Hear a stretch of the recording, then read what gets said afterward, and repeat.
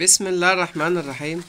هنعرف مع بعض ازاي تعرف الذكر من النتاية في الكتاكيت الصغيرة. في طريقتين سهلين بنعرف من خلالهم الذكر بسهولة، عن طريق جناحاته. بنلاقي فيها الريش بيكون كبير ومتساوي بالشكل ده. والطريقة التانية اللي هي اسهل من الطريقة ديت، اللي انت لو في عدد كتاكيت قدامك بتبص على صوابع رجليه بتلاقيها عريضة.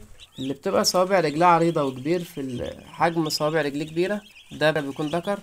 انما النتاية بيكون صوابعها صغيرة جدا، يعني بالشكل ده. دي نتاية اهي،